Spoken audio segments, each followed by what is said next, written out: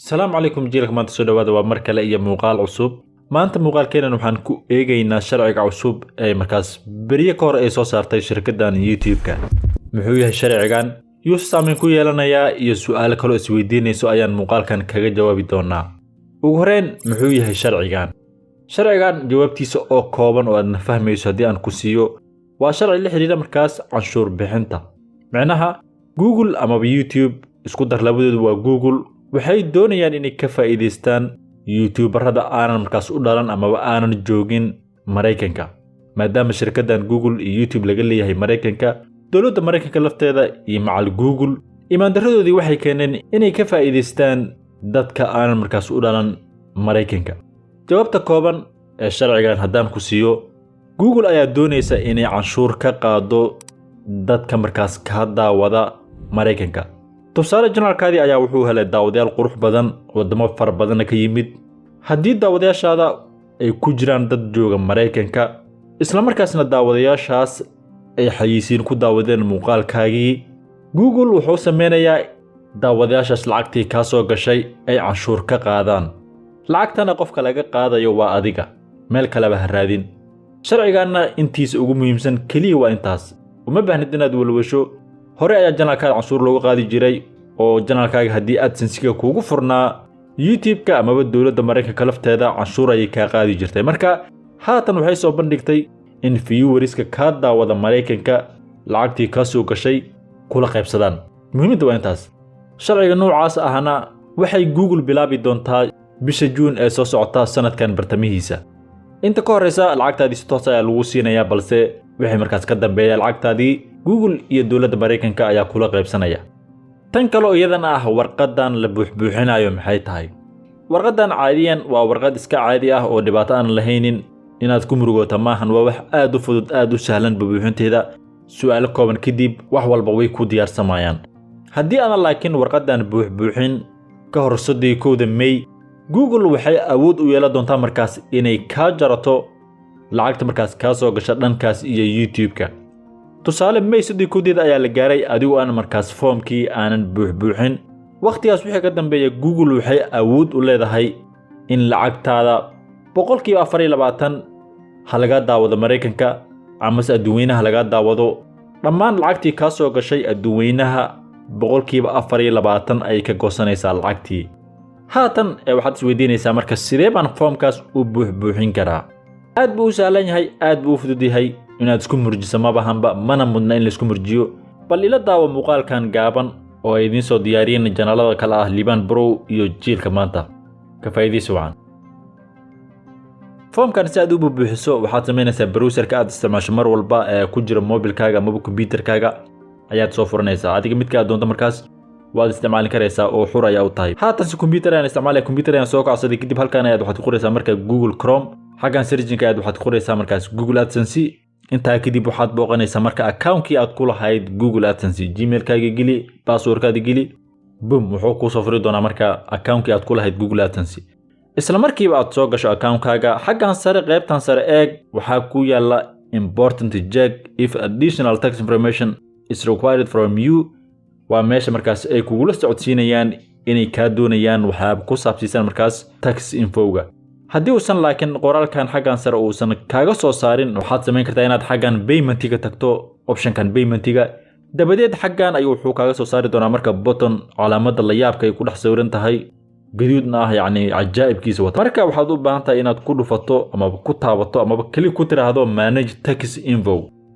warqad noocan oo kale ay ku soo furi doonaa marka manage tax info ayuu ku leeyahay xagan hoose qoraal ku yaal haddii aad akhrisana wuxuu ku leeyahay provide or update your tax info يعني ومهم inaad mar walba iska akhriso qoraalka haddii aad yara fahmayso luqadda Ingiriiska marka arintaasna aad bay muhiim u tahay mar walba xagan hoose no tax info on file haddii uu ku soo saaro taas macnaheedu waxay tahay warqadii laga baahnaa markaas aadan buuxin marka waxaad ku sii taabanaysaa mar kale add tax info ayaad ku sii dhifanaysaa inta kadib waxay ku leeyahay markaas aan ku xaqiijino inaad adiga tahay password-kaad geli Gmail-kaaga password-kiisa aad gashanaysaa dabadeedna waxaad si sameynaysaa waad garanaysaa oo waa next hawsha ugu muhiimsan marka xaggan ay ka bilaabanaysaa ma ahan inaad isku murjiso wax mudan ma ahan aad bay u fududahay aad bay u sahlan tahay marka la aad bay muhiim u tahay inaad qoraalkan iska akhriso wuxuu ku leeyahay to find the right tax form please answer a few questions first marka hore su'aalo kooban ka jawaab ayuu ku leeyahay su'aasha koobaad waxay ku leedahay account-kaaga AdSense-ga ee aad isticmaasho waa nuucee ma shakhsi baa leh mise shirkad baa leh waadna garanaysaa markaad account AdSense samaysanayso wuxuu ku weydiinayaa labadan midkood marka account-kaaga AdSense-ga berigii hore waxaad ku samaysay haddii uu ahaa individual dooro haddii uu ahaa non individual isaga dooro marka haatan account-kayga waa individual oo shakhsi baan ahay midkaas ayaan dooranayaa dabadeed maxaad leedahay waa next marka su'aal kale oo marka la ku weydiinayaa oo wuxuu ku leeyahay ma qof Mareykan ku dhashay baa tahay mise Mareykanka deegaan kaliya ayaa ku tahay marka haatan address-kan isticmaalay uu account-kan ugu samaysan yahay Mareykanka ma ahan manihi Mareykan mana degan Mareykan marka waxaan leeyahay igara leehada oo waxaan leeyahay no ayaan leeyahay marka la next ayaad sii leedahay su'aal kale ku weydiinaya markale oo wuxuu ku leeyahay marka dooro type-ka markaas aad form-kaaga u buuxin doonto marka tan qaarkiin maybe inaadan fahmaynin laakiin dadka ka baxsan Mareykanka amaba aanan joogin Mareykanka waxay dooranayaan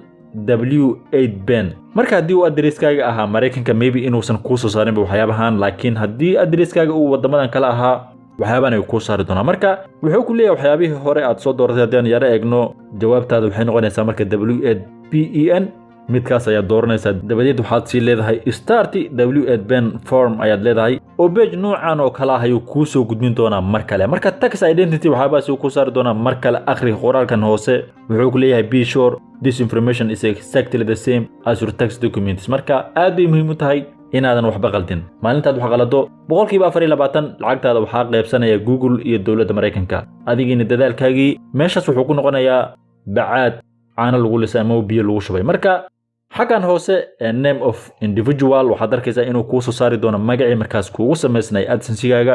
uma baahnid inaad wax ka bedesho uma baahnid inaad tirtirto hoos uga soo deg halkan DBA ay qoran tahay waa optional waad ka tagi kartaa yacni qasab maahan inaad xagaas magac ku qorto ama waxaad ku qorto waa optional xor baad u tahay waad ka tagi kartaa marka hoos ima mar kale country of citizenship qofka aad address-kiisa isticmaalayso amaba haddii aad adiga tahay waddanka aad markaas address-kiisa isticmaalayso miyaad u dhalatay mise qaxooti ayaad ku tahay marka haddaad waddankaas u dhalatay oo aad baasaboorkiisa haysato waddankaas ayaad ka dooranaysaa xaggan haddii aasan u dhalan welina sharci u dhalasho aadan ka helin waddankaas waddankii asalka ahaa ee aad u dhalatay ee aad baasaboorkiisa haysatay ayaad dooranaysaa marka haatan waxyaabahaas waan buubsiinayaa falaartas ayaad furaysaa den waddamadii oo dhan ayuu xaggan kuu soo saari doonaa den waddankii aad asal ahaan ka soo jeeday amaba aad jinsiyaddiisa haysatay ka dooro markaad doorato markale hoos u soo deg meesha dad badan ay ku wareereen waa xaggan marka tax buyer identification number xaggan hoosena wuxuu yahay ayuu kuu sharxayaa hoos haddii aad fiirisaa marka wuxuu ku leeyahay foreign tin USI tin or SSN maxay yihiin waxyaabahan tusaale foreign tin-kan qoraalka yar ee hoos ugu qoran haddii aad eegto waa optional USI tin-kan haddii aad qoraalka hoos ugu qoran haddii aad eegtana waa optional labadaba waad ka tagi kartaa haddii uu address-kaaga uu yahay Mareykanka ama wadamadan kale caalamka address-kiisa haddii aad isticmaalayso iyadana waa ku optional warkaas waa cadisoo maahan balse haddii aad rabto inaad geliso xur baad u tahay waad gelin karaysaa oo free baad u tahay marka haatan aniga foreign tin-ka waan haystaa oo waan gelin karayaa marka haddii aad isticmaalaysay address ah UK ama United Kingdom waxaad samayn kartaa qofka address-ka ku siiyay ama haddii aad adigii tahayba insurance number-ka ama kaarka markaas canshuur bixinta ee lagu siiyo haddii aad tahay qof shaqaysta kaar ayaa already lagu siiyay ay kaaga goosanayaan canshuurtaas marka insurance number-ka waad gelin karaysaa kaarka canshuurta laga goostana number-ka ku qoran waad gelin karaysaa labadaba xur baad u tahay free baad u tahay marka waxyaabahan sida caadiga waan qarinayaa maadaama information xasaasi uu yahay waxaad samaynaysaa marka geli amaba ka tag adiga ayaa optionkaas iskale dabadeed waxaad sii leedahay marka next ayaad sii leedahay marka la safxad noocan oo kale ay kuu soo furi doonaa si automatic waddankii aad joogtay isaga dooranaya xaggan hoose address lane 1 address lane 2 postal town postal code waxyaabahaas ay kaga baahan mar kale inaad buuxiso waxyaabahan address-kii aad markii hore isticmaashay una isticmaashay account-kaaga AdSense-ga ayaad mar kale ku celinaysaa halkan ama baad ku buuxinaysaa mar kale waxyaabahan waan qarinayaa waad garanaysaan oo waxyaabo aad u muhiim ah waana buubsiinayaa sidoo kale halkan markii waxyaabihii oo dhan aad geliso waxyaabahan mailing address is same as permanent residency waxyaabahaas haddii aad doonto tigda saar aniga haatan tigda ayaan saaraya dabadeedna iska xaqiiji address-ka aad AdSense-ga aad u isticmaashay iyo midkan aad isticmaashay inay is leeyihiin haddii ay kala duwanaadaan laga yaabee inay kaa soo diidaan foomkan aad buuxinayso marka war badan nakasta ayaad sii leedahay weji kaloo nuucan oo ayuu mar kale kuu soo furi doonaa marka xaggan qoraalkan akhri mar walba aad bay muhiim u tahay wuxuu ku leeyahay are you claiming reduced rate withholding under tax treaty marka haddii waddanka aad isticmaashay adreeskiisa iyo dowladda Mareykanka haddii ay lahaayeen heshiis canshuur bixin ah waxaad samayn kartaa inaad xaggan tiraahdo yes haddii aysan waddankaaga iyo dowladda Mareykanka uusan heshiis ka dhaxaynin waxaad leedahay no tusaale wadamo aad u fara badan ayaa jiro oo heshiis kula jira dowladda Mareykanka kaasoo markaas ku saabsiisan canshuur bixinta marka wadamadaas listigooda oo dhan waxaan sameyn doonaa inaan description video-gan ku soo dhigo xaggaas aad wadamadaas ka akhrisan kartaa haddii waddankii adreeskiisa aad isticmaashay uu ku jiro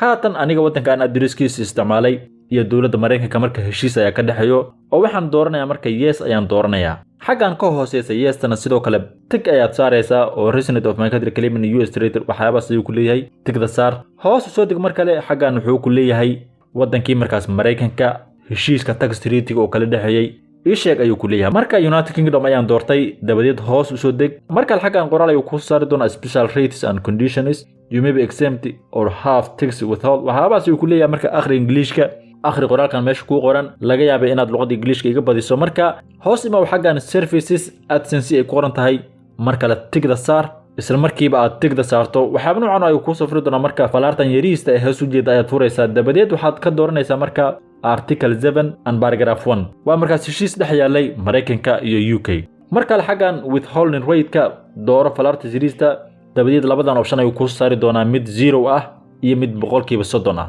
dowladdan UK iyo Canada iyo Mareykanka waxay leeyihiin heshiis ganacsi oo 0% ah markii la eego tax information-ka ama dhanka canshuur bixinta dadka wadamadaas u dhashay 0% ayay dooran karayaan marka haatan 0% ayaan dooranayaa hadiisa waddankaaga uusan tax treaty ama heshiis canshuur uusan kala dhaxayn Mareykanka 30% ayaa dooranaysaa oo taas waa sharci haddii uusan adreeska aad isticmaashay UK iyo Canada uusan ahayn 30% ayaad marba dooranaysaa warkaas waa cadi hayaan filan marka le hoos soo deg xaggan tigda saar waa qasab inaad tigda saarto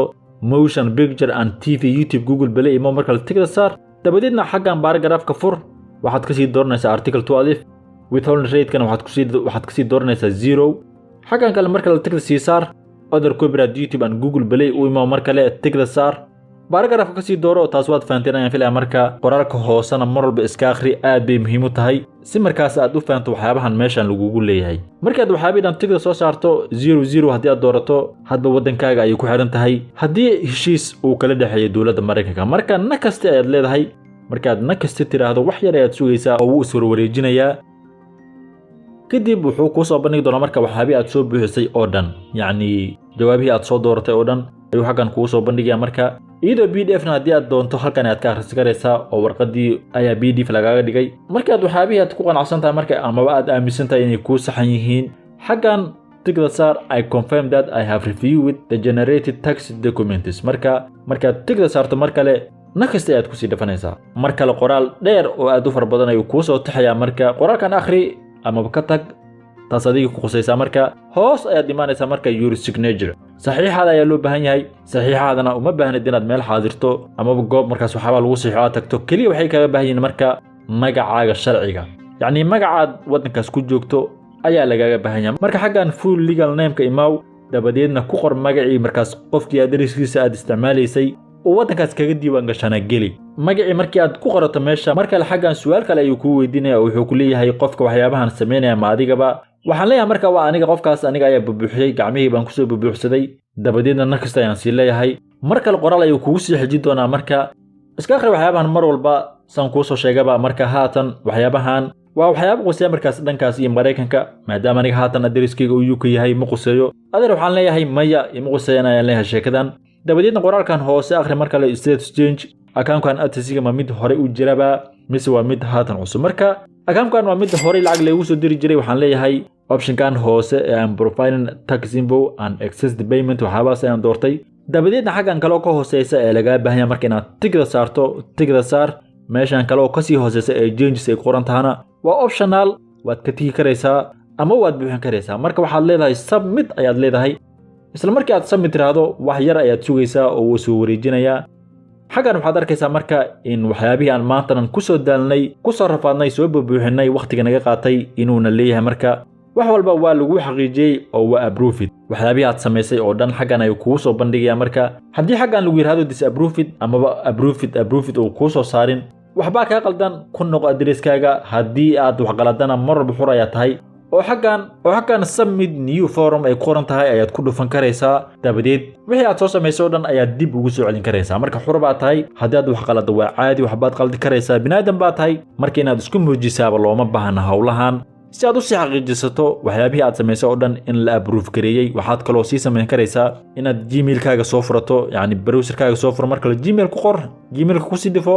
isla markii waxaad arkaysaa marka inuu ii soo saaro markaas your tax info has been approved taasoo micnaheedu tahay wax walba haatan waa okay boqolkiiba 24 Google kaama jaranayso oo lacagtaadii markaas hadba wadankii aad isticmaashay adreeskiisa iyo dowladda Mareykanka hadii heshiis dhaqaale ay kala dhaxeeyay way ku siinaysaa markaas lacagtaadii iyadoo xalaala balse lacagta YouTube-ka waa mid xalaala ba mise mid xaraan ma garanay taas hay weydiin ilaah baa garanaya haddaba waa qaabkan markaas qaabka aad u buuxin karayso formkan iyo sharciga wuxuu ahaa waan idiin soo sharaxnay channelka Liban Borow iyo jiilka maanta iska kaashada muuqaalkan in la soo bandhigo aad baad ugu mahadsantiin daawashadiina quruxda badan insha Allah wixii aad fahmi weyso ama aadan fahmin waxaad awood u leedahay inaad commenting videoan ku reebto insha Allah wixii su'aala muuqaal kale ayaan ka soo diyaarin doonaa aniga iyo Liban Borow anagoo iskaashan doona iskaashada ma kufto haddii kuftana way kacdaa marka sidaas ayaan idinka tagayaa waa aniga Cusmaan oo sidaas nabadgelyo assalamu calaykum waraxmatullaahi wabarakaatuh